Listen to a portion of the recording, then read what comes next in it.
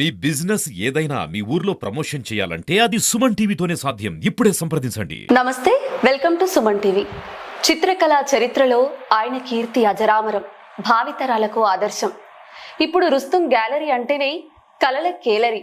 ఎంతో మంది విద్యార్థులకు ఆయన కళని పంచుతూ అంతర్జాతీయ చిత్ర కళాకారులుగా గుర్తింపు తెచ్చుకున్నారు. మరింకెందుకు ఆలస్యం, అంతర్జాతీయ చిత్ర కళాకారులు రుస్తుం గారు మనతో పాటు ఉన్నారు. ఆయన మాటల్లో మరిన్ని విశేషాలు తెలుసుకుందాం.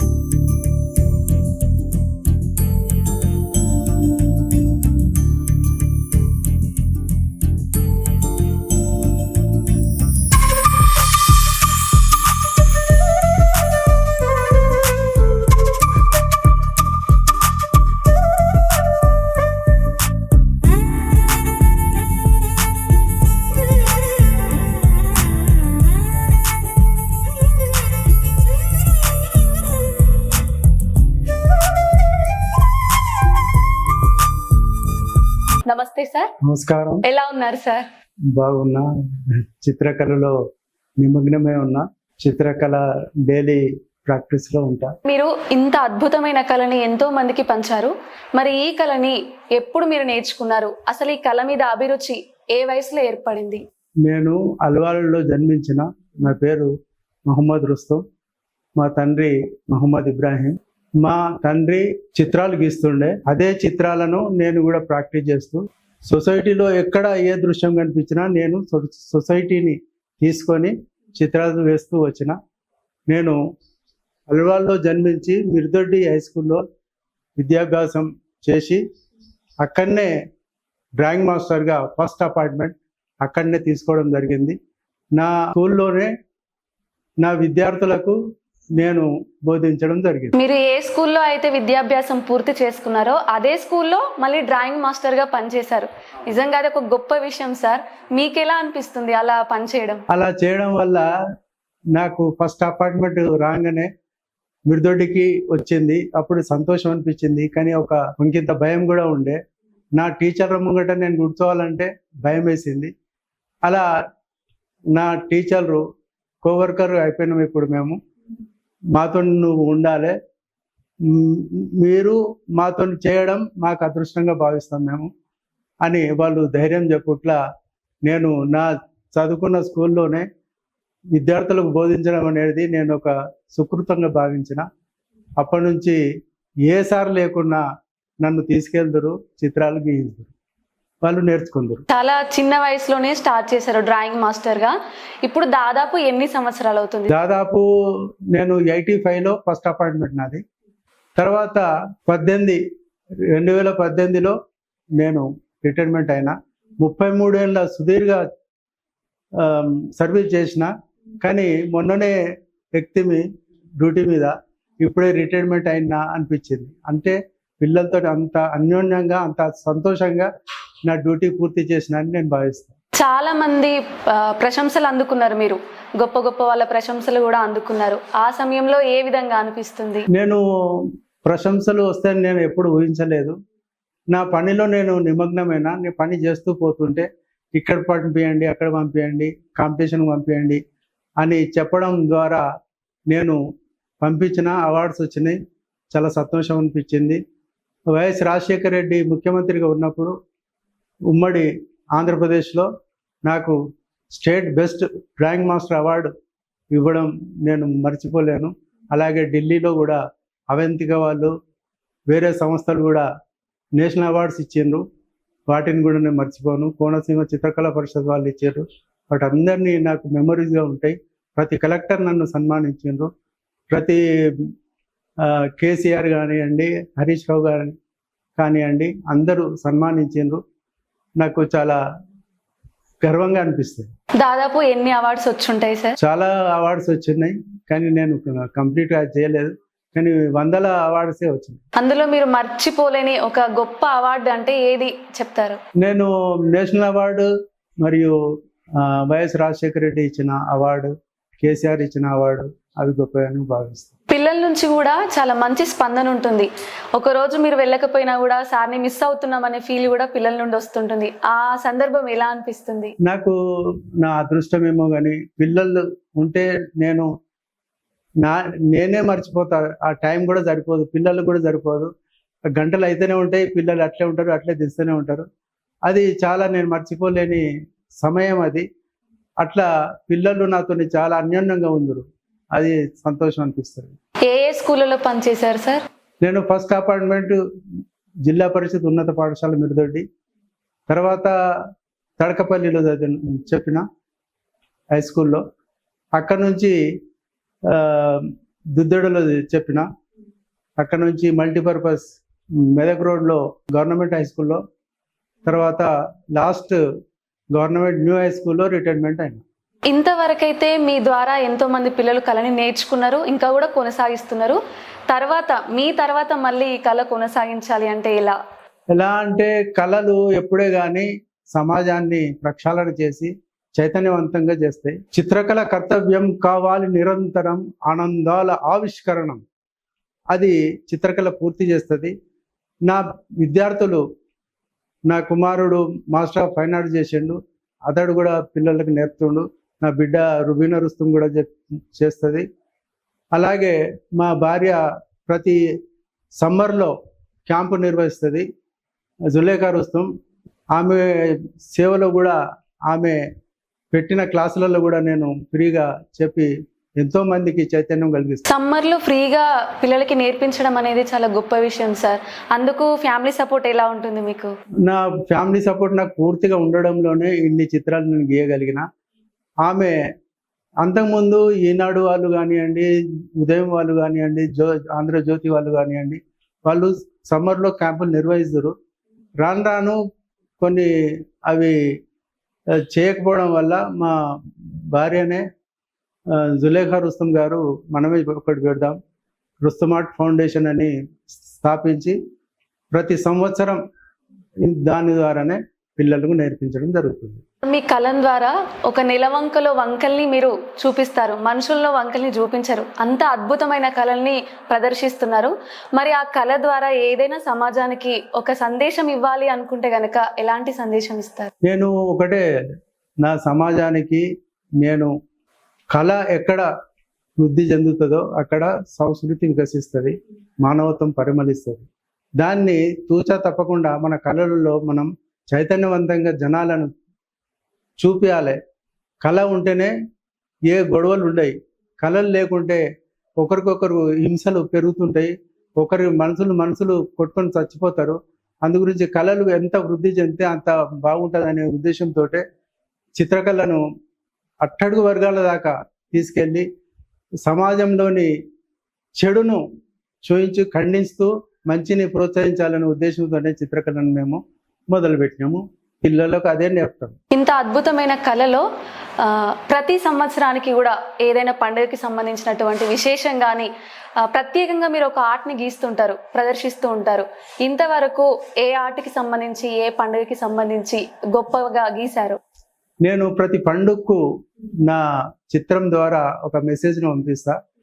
అందులో బోనాలు కానివ్వండి, బతుకమ్మలు కానివ్వండి, సద్దుల బతుకమ్మ కానివ్వండి, రంజాన్ కానివ్వండి, బక్రీద్ కానివ్వండి, క్రిస్మస్ కానివ్వండి, ప్రతి పండుగ, ఏ పండుగను నేను తీసిపెట్టా. ప్రతిదీ, మహాశివరాత్రి, గణేష్, ఇవన్నీ నేను నా కుటుంబం మాదిరిగా, పండుగలన్నీ నా కుటుంబం నుంచే వచ్చినాయి అన్నట్టుగా నేను సమాజానికి నేను ఇస్తా.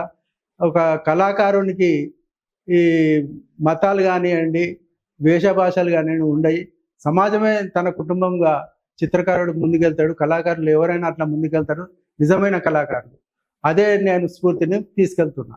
మీ కళ ద్వారా కేవలం గొప్పవే కాకుండా సమాజంలో ఉన్నటువంటి వర్గ అనే భేదాలు లేకుండా ప్రతి ఒక్క ఆర్ట్ని మీరు ప్రదర్శిస్తుంటారు. అంటే ఇన్స్పిరేషన్ ఏంటి సార్ మీకు? నా ఊళ్ళో ఉన్న మొత్తం పండుగలు, భజనలు, రాముని గుడిలో నడుస్తున్న ఫంక్షన్స్, హరే రామ హరే కృష్ణ, ఇలాంటి అన్నీ నేనే రాస్తుంటే, నాతోనే రాపిస్తున్నారు. అలా నేనే గణేషును దిద్దుంటి రేగడి మట్టితోటి. అప్పుడు అందరూ ఊరంతా వచ్చి అక్కడ కొబ్బరికాయలు కొట్టి మాకు సంభవాన్ని ఇచ్చి తీసుకెళ్తారు. అలా ఒక పండుగ వాతావరణంగా అవన్నీ నాకు ఇన్స్పైర్ ఇచ్చినాయి. ఎక్కడ ఏదన్నా తటస్థించిన ఏదన్నా యాక్సిడెంట్లు కానివ్వండి, ఏమన్నా అలాంటివి కూడా నన్ను ఇన్స్పైర్ చేస్తుండే. అలాంటి చిత్రాలు కూడా నేను వేసిన. సొసైటీకి ఏదైనా ఇలాంటి చెడు మళ్ళీ జరగకుండా ఉండాలని కళ ద్వారా వాళ్ళకు నేను పంపిస్తుంటే మెసేజ్. మీరు రిటైర్ అయ్యారు, అప్పుడు మీరు ఎలా భావించారు? అంటే బాధపడ్డారా? నేను రిటైర్మెంట్ కూడా ఒక పండుగలుగా పిల్లలు నన్ను సన్మానించిండ్రు. అయితే నాకు ఒక వెల్తిగా ఉన్నది, నేను రేపటి నుంచి రాను కదా అని. కానీ నా చిత్రాలు చిత్రంలో కళలో నిమగ్నం అయిపోయినా, చిత్రాలు గీస్తూనే ఉన్నా. ఇంటికి కూడా చాలా మంది విద్యార్థులు వచ్చి నేర్చుకుంటుండ్రు. మొన్న కూడా ఈ సమ్మర్లో కూడా నేర్చుకున్నారు. ఇలా నాకు వెల్తీ అనేది కనిపిస్తలేదు. నా చిత్రకళ ఉన్నది కాబట్టి ఒక బ్యాక్ బోన్గా ఆ చిత్రాలు వేస్తూనే పోతుంటా, అలా నడుస్తూ ఉన్నది. పదవి విరమణ అనేది కేవలం మీ పదవికి మాత్రమే, మీ కళకి కాదు. అది ఎలా అనిపిస్తుంది? అప్పుడు ఒక గవర్నమెంట్ స్కూల్కే పరిమితమైన నేను ఇప్పుడు ఇంటి దగ్గర ఉన్నట్లే అన్ని స్కూళ్ళ నుంచి, ప్రైవేట్ స్కూళ్ళు కానీ గవర్నమెంట్ స్కూళ్ళు కానీ, కళా ప్రేమికులకు నేను అందుబాటులో ఉంటున్నా. నా సేవలు మాత్రం కొనసాగుతూనే ఉన్నాయి. అది నాకు తృప్తినిచ్చే ముచ్చట. కానీ రిటైర్మెంట్ అయినా కానీ బాధ కొద్దిగా ఉన్నది. కాకపోతే ఇలా పూర్తి అవుతుండడంలో అందరికంటే జర వేరే అనిపిస్తుంది. అంతర్జాతీయ చిత్ర కళాకారునిగా సిద్దిపేటలోనే గొప్ప అవార్డుని అందుకున్నారు, గొప్ప ప్రశంసల్ని కూడా అందుకుంటున్నారు. అది ఎలా వచ్చింది సార్ మీకు పేరు? చిత్రాలు గీస్తూ పోతున్నా, అది అనుకోకుండా ఆన్లైన్లో నా చిత్ర కళ ప్రస్థానం మొత్తం ప్రపంచవ్యాప్తం అయిపోయింది. అమెరికాలో కానివ్వండి, సౌత్లో కానివ్వండి, ఎక్కడ గ్యాలరీలు ఉంటే అక్కడ నా చిత్రాలను వాళ్ళు పెట్టి పబ్లిక్ చూపించిండ్రు, చిత్రాలు కొంటున్నారు. అలా అంతర్జాతీయ చిత్రకారునిగా మారిపోయినా. అది వాళ్ళు వీళ్ళు అంటుంటే చాలా సంతోషం అనిపిస్తుంది. ఎక్కడ అల్వాల్లో పుట్టినాము, ఎక్కడ సిద్దిపేటలో పెరిగినాము, ఇక్కడ నుంచి మొత్తం ప్రపంచవ్యాప్తం మన చిత్రం మేము వెళ్తలేము, కానీ మా చిత్రాలు పోతున్నాయి.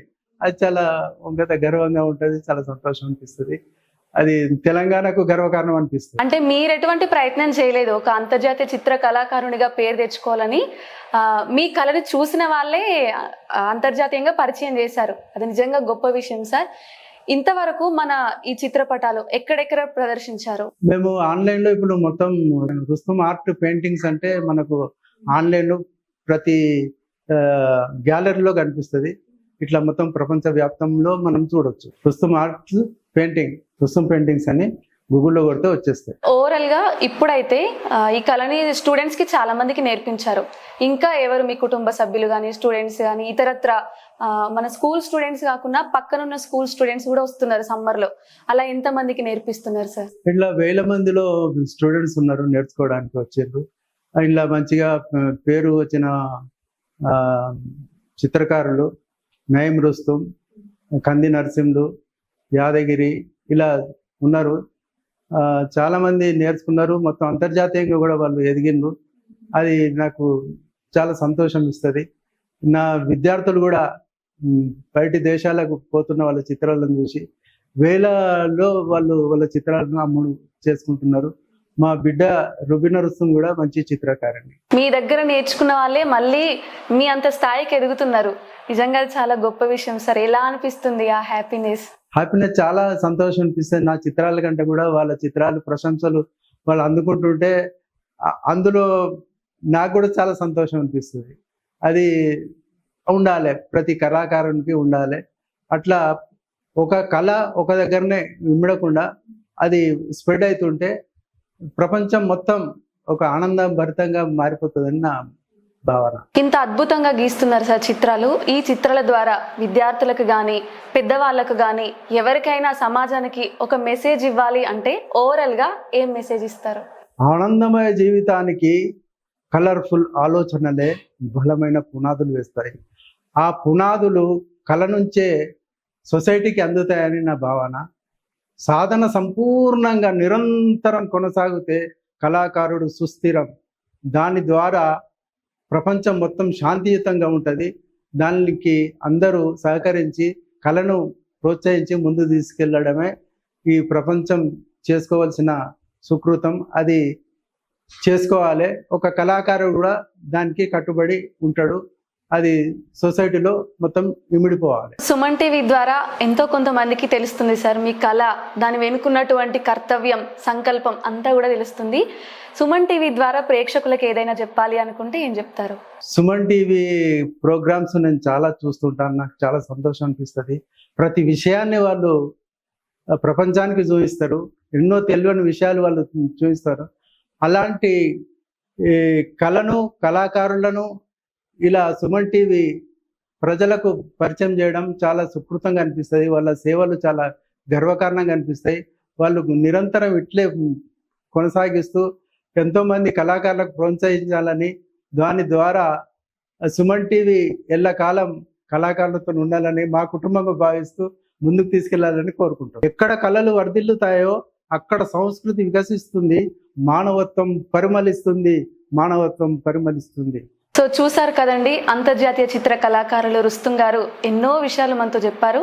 ప్రతి ఒక్కరి మనసును తాకుతుంది ఆయన చిత్రం. అటువంటి అద్భుత కళకు సంబంధించినటువంటి రుస్తుం గారితో స్వయంగా ఈరోజు మాట్లాడడం కేవలం ఒక చిత్రానికే కాదు, సమాజంలో ఉన్నటువంటి పండుగలు కానీ, లేదంటే ఒక సామాజిక వర్గానికి చెందిన సామాన్యుల నుంచి పెద్దవాళ్ళ వరకు కానీ ప్రతి ఒక్కరి మనసును తాకుతుంది ఆయన చిత్రకళ. అంత గొప్ప చిత్ర కళాకారునితో ఈరోజు మనం మాట్లాడము నిజంగా చాలా అదృష్టంగా భావిస్తున్నాం సార్. Thank you sir.